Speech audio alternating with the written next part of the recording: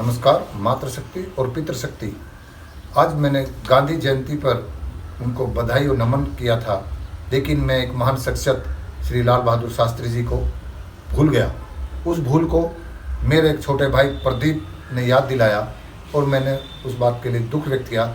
उसका मैं धन्यवाद देता हूं कि मुझे इस भूल के लिए याद कराया। और मेरे से कैसे भूल हो गई, याद था उस समय, पता नहीं कहाँ से मैं जंप कर गया कि जो किसान भूमि से आए हों, जय जवान जय किसान का नारा दिया हो, शारीरिक रूप से छोटे हैं, व्यक्तित्व में बड़े थे, अपने जिस मूल से आए थे, पद के बावजूद भी उस मूल को नहीं भूले और एक मिसाल कायम की, ईमानदारी की, शालीनता की और स्वाभिमान की। एक दुर्घटना, रेल दुर्घटना हुई तो उन्होंने उसको अपनी गलती मान करके इस्तीफ़ा दिया। ऐसे ऐसे उन्होंने मिसाल कायम की है स्वाभिमान की। और एक बार का प्रसंग बताते हैं कि उनके घर पर कोई एक रेडियो दे गया, गिफ्ट कर गया, कुछ अपने काम साधने होंगे, उनकी पत्नी ने रख लिया। जब वो घर में रेडियो बजता देखा, पूछा ये कहाँ से आया, तो उन्होंने बताया कि तो कहीं, उन्होंने अनुमान लगाया कि भाई मेरी तनख्वाह इतने का ये आता है, तो इस तनख्वाह में इस महीने की, मंत्री होते के समय की बात है, तो नहीं आ सकता। तो उन्होंने अपने परिवार को एहसास कराया कि तुम्हारी भूल है, जो व्यक्ति तुम्हें ऐसे कुछ दे रहा है उसका कुछ साधन, हित साधने का वो होगा, और आज दोबारा मत लेना। उसको बुला करके भी उनका वो रेडियो वापस करा।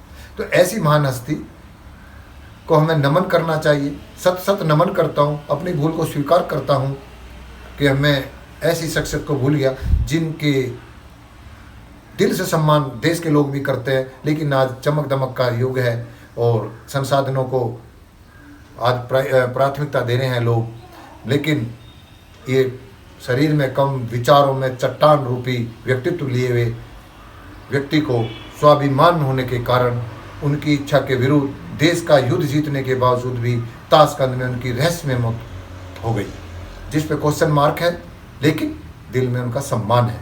तो मैं देशवासियों से यही कहूँगा कि जब व्यक्तित्व या साधन कम हो, शरीर में कम हो, संसाधनों में कम हो कोई व्यक्ति, और उसके अंदर शालीनता हो, शिष्टाचार हो, निष्पक्षता हो, विचारवान हो, विवेकवान हो, तो उनका सम्मान करिए। तभी उस समाज का, उस देश का कुछ स्वाभिमानी होने का दर्शन होगा। अन्यथा तो भीड़ भेड़ चाल, पिछलग्गू, चाटुकारिता, तोता चश्मी, इस तरह का व्यक्तित्व हमारे देश का बनेगा, जो इसी तरफ जा रहे हैं।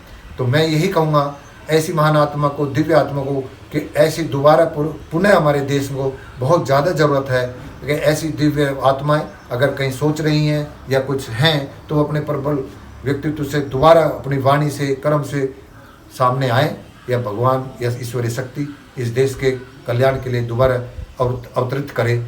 और मैं इन्हें पुनः सत सत नमन करता हूँ और बधाई देता हूँ देशवासियों को कि हमारी भूमि में ऐसी शख्सियत पैदा हुई है। पुनः नमन। इन्हीं शब्दों के साथ मैं अपनी वाणी को विराम देता हूँ। नमस्कार।